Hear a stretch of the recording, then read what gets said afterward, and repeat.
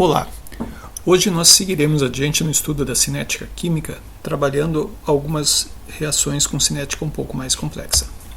Vamos abordar reações reversíveis, reações paralelas e reações consecutivas. O que são reações reversíveis?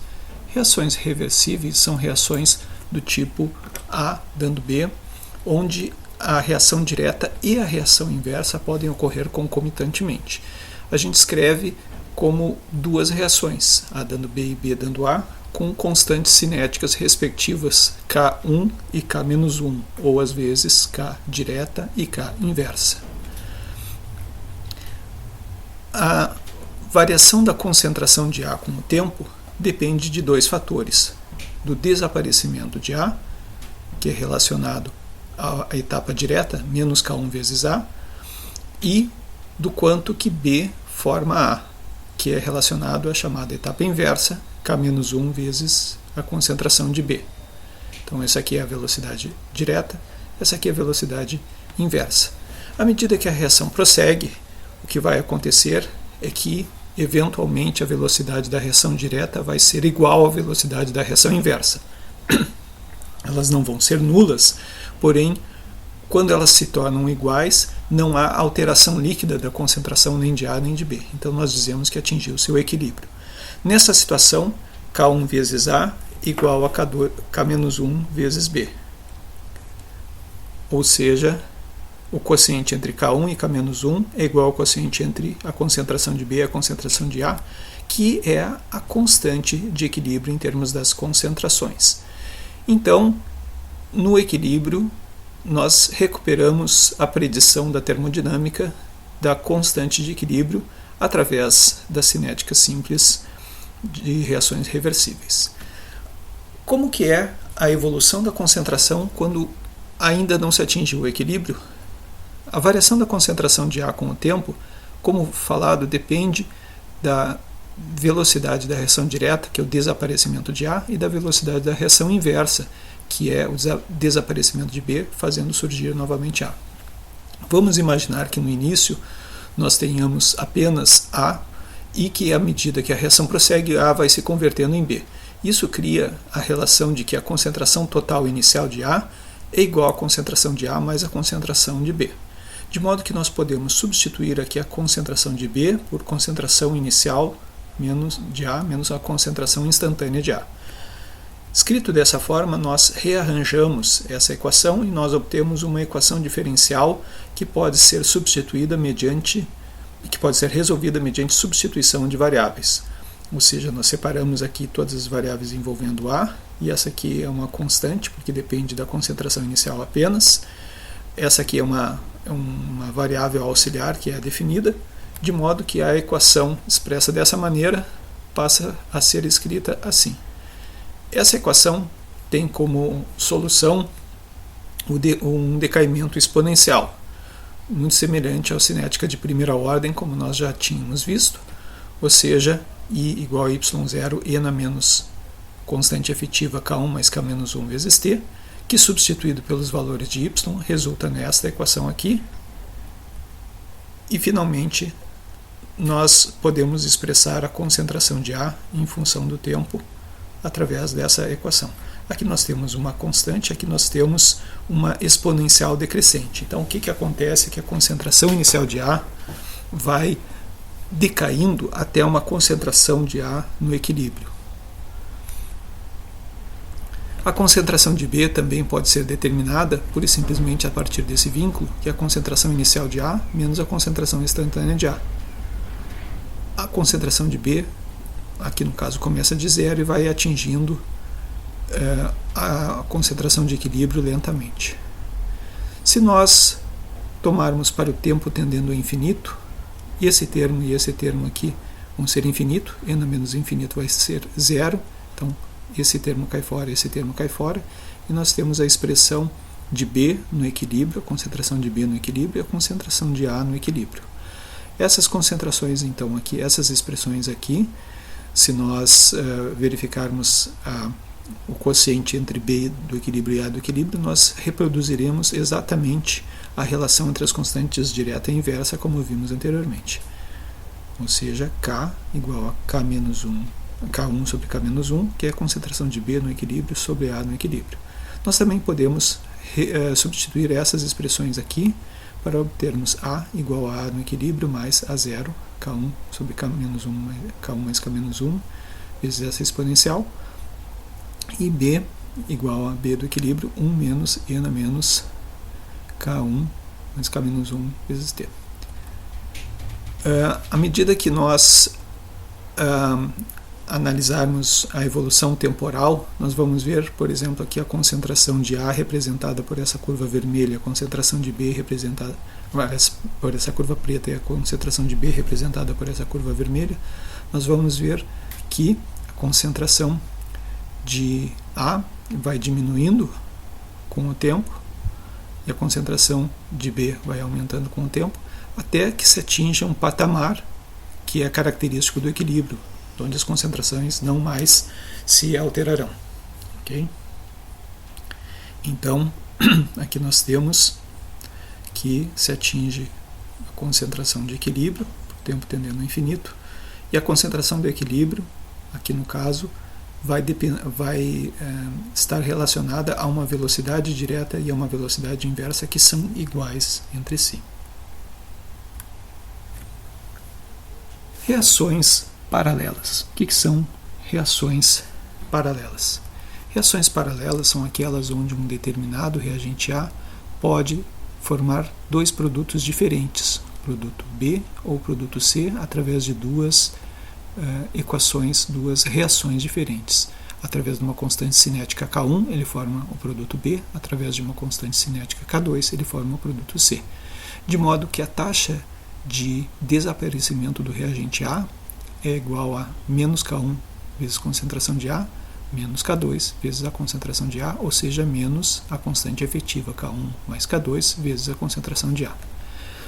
A taxa de formação de B é K1 vezes a taxa de formação de C é K2 vezes A. De modo que nós temos aqui três equações.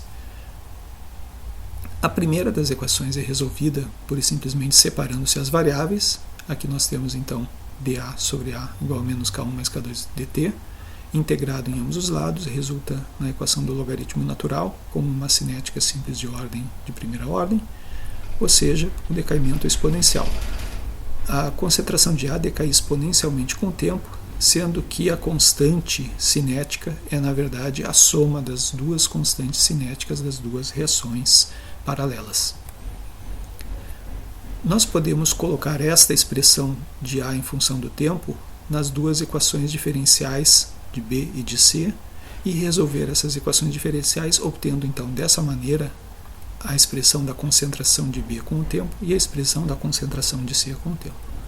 Vamos ver para B.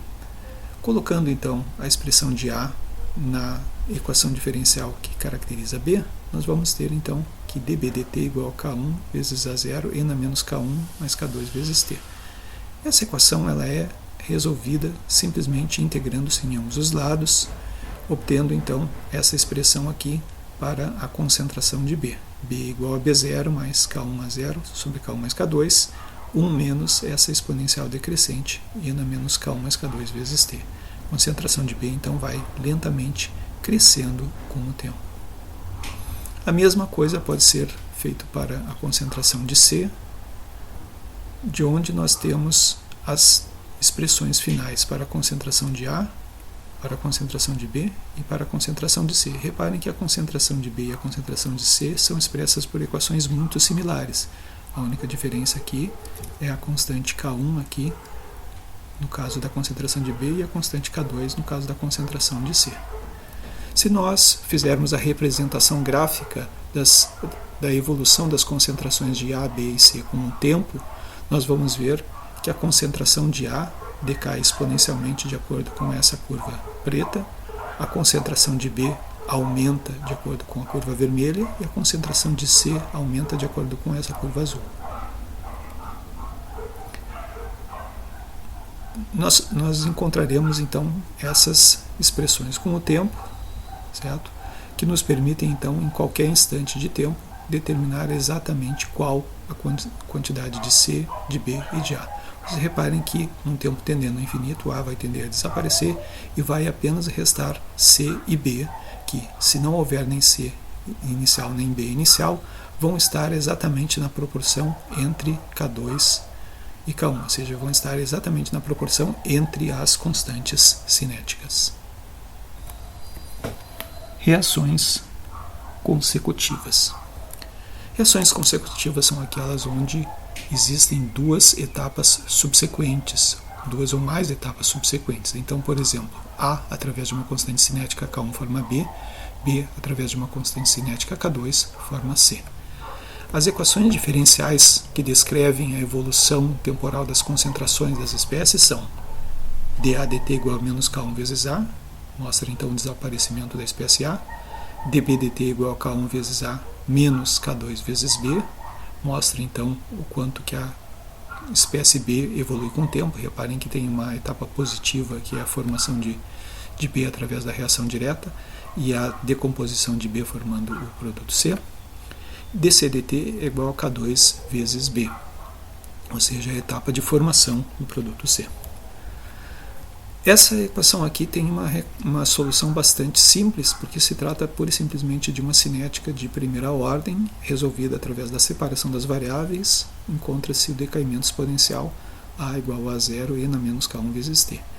E essa expressão aqui deve ser colocada aqui para se resolver a equação subsequente. Então, de posse dessa expressão, nós encontramos uma expressão diferencial para a concentração de B. Essa expressão diferencial para a equação de B é uma equação diferencial não homogênea, cujo método de solução é um bocado complicado e está um pouco além do que se propõe a nossa disciplina. Vou apenas esquematizar qual é a solução. Normalmente o que se faz é utilizar uma função chamada um fator integrante, e a partir desse fator integrante essa equação pode ser resolvida, obtendo então aqui a solução da equação, que traduzido nas propriedades que nós estamos analisando, onde f de t então é e na integral de p de t seria integral e na integral de k2t, nos permite calcular a concentração de B em função do tempo. A concentração de B em função do tempo resulta então nessa equação, e finalmente a concentração de C em função do tempo é determinada através do balanço da conservação de massa, e assim nós encontramos a expressão da concentração de C com o tempo. Essas equações são um pouco difíceis para serem enxergadas no primeiro momento, então nós em breve veremos a representação gráfica delas. Antes de ver a representação gráfica delas, porém, vamos tentar entender o que acontece nos casos limites, ou seja, quando uma das constantes cinéticas é muito maior ou muito menor que a outra. Se, por exemplo, a constante K2 for muito maior que a constante K1, ou seja, a segunda reação é muito mais rápida que a primeira reação, então nós teremos o seguinte: K2 menos K1 é aproximadamente K2, então o K1 fica desprezível frente ao K2. E o E na menos K2 é muito maior do que o E na menos K1. E aí nós temos então que isso aqui é desprezível frente a isso. Menos K2 sobre K2 fica menos 1, E na menos K1t. Ou seja, quando a segunda reação for muito mais rápida que a primeira, tudo se passa como se a velocidade do processo dependesse apenas da primeira etapa. Da mesma maneira, no outro caso limite, K1 muito maior do que K2, ou seja, a primeira reação muito mais rápida, eu vou deixar que vocês façam a mesma dedução, é possível mostrar que tudo se passa como se a velocidade efetiva dependesse apenas da segunda etapa, ou seja, no caso de reações consecutivas, a velocidade depende fundamentalmente apenas da etapa mais lenta. Aqui nós temos a representação gráfica de como que a concentração das espécies A, B e C evolui com o tempo. Em linha preta aqui nós temos a concentração de A, em verde aqui a concentração de B, em azul a concentração de C. Vocês reparem que decai rapidamente a concentração de A, a concentração de B passa por um máximo e depois vai diminuindo, que é o intermediário, e a concentração de C vai sempre aumentando com o tempo. No final, nós vamos ter apenas a formação do produto C, com o desaparecimento tanto do reagente quanto do intermediário B. Essas equações, então, aqui descrevem em qualquer ponto, em qualquer instante de tempo, como que variam as concentrações das espécies A, reagente, B, intermediário, e C, o produto final formado.